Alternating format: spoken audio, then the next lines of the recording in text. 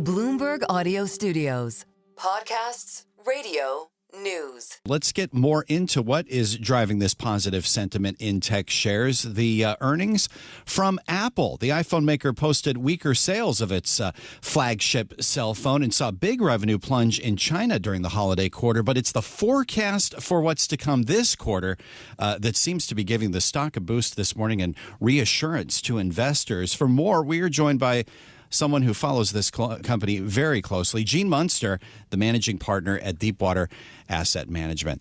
Gene, good morning. We heard from CEO Tim Cook. They're looking for low to mid-single-digit increases in revenues in the current quarter. Is that enough? And can Apple pull through on that? Well, that might seem modest, that low to mid-single digit in growth when we think about some of the growth, what's going on around AI. But in the world of Apple, that is a win. It's an even bigger win when it's put in the context of what they just reported in the December. As you mentioned, they missed the iPhone. The miss was the Street was looking for 1.5% growth. They came in at down 1%. And so that to see them essentially maintain the guidance for March after them missing the iPhone guidance and the overall guidance after missing December, I think was just a big boost of confidence for investors that this narrative that they will accelerate iPhone growth based on the backs of Apple Intelligence is intact. And so that's kind of the substance. I would say this is also as the call went on, it became more clear that their benefit from this channel inventory adjustment.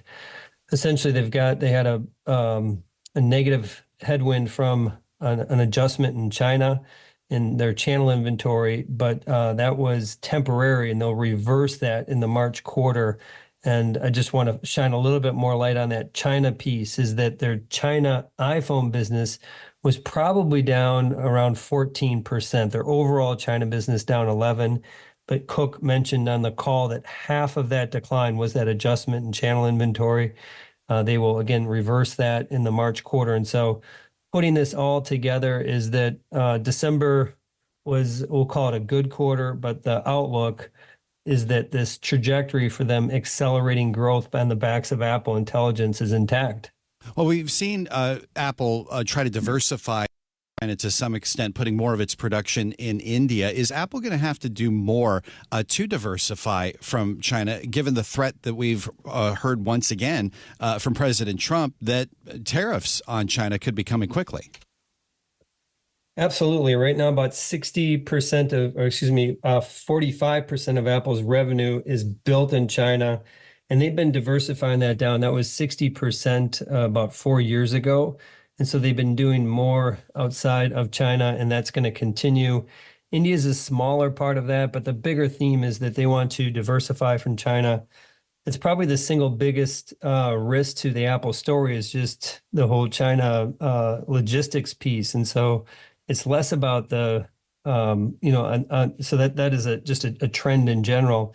The tariffs question came up. It was the second to last question on the call. I'm surprised it took that long for analysts to ask the question, but Cook had a really quick and short answer, which was a non-answer, that they are monitoring the situation. And so I think, the big picture related to production in China, it's less about tariffs. It's more just about wanting to have diversification away from China.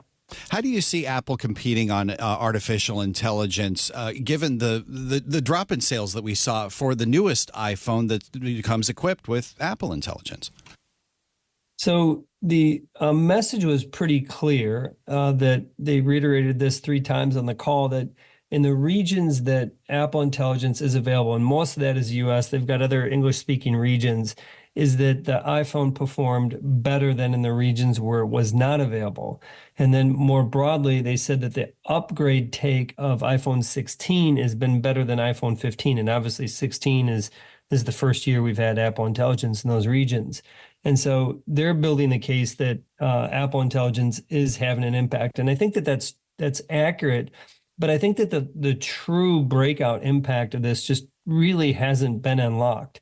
And specifically, this is Apple's game plan. They typically are a little bit slow to get into a market, and then eventually they have a great product. And I think their Apple Intelligence product, even in the US and the countries that it's available, it still hasn't quite hit the mark where consumers are using it and going out to their friends and telling them they have to have this. And I think that day is coming. I think we're probably a year away from that.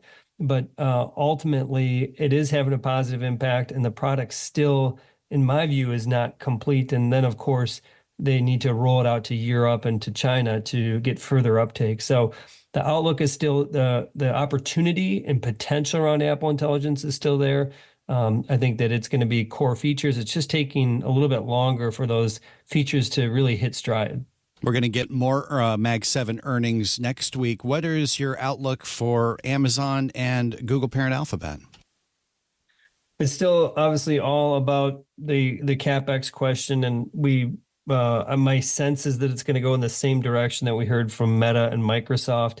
And what just an incredible reversal in the last few days around this whole DeepSeek. And that's the A topic, of course, around earnings is just what's going on with this AI trade. And just to give everyone kind of the bottom line is that DeepSeek was an improvement, but I think improvements have been embellished, in at least what the big tech companies are saying and what the venture community is saying around this upcoming raise for OpenAI that could double its valuation over the past 6 months. It's pretty clear that they're not seeing this as a negative, what happened with DeepSeek, rather a positive. And so that's what is going to be the primary focus for next week, obviously, is those CapEx numbers related to the AI spend. Yeah, thinking about the CapEx, we just got a note this morning from a Bank of America strategist, Michael Hartnett, who coined the phrase Magnificent Seven. He's saying that these stocks could become the Lagnificent Seven. Your thoughts on that in our last minute? I think you're going to start to see that shift. I believe you should still own some of the Mag 7. We're starting to do more focus on frontier tech. We have the Deepwater Frontier Tech Index that basically invests in companies that are below. It's an ETF that's below 500 billion. It's been around for 5 years, but I think these are tech companies that are powering AI, and I think that opportunity on kind of these smaller companies, sub 500 billion, is probably where some of the outperformance shifts over the next few years. And just quickly, why is Microsoft lagging compared to some of these other stocks right now?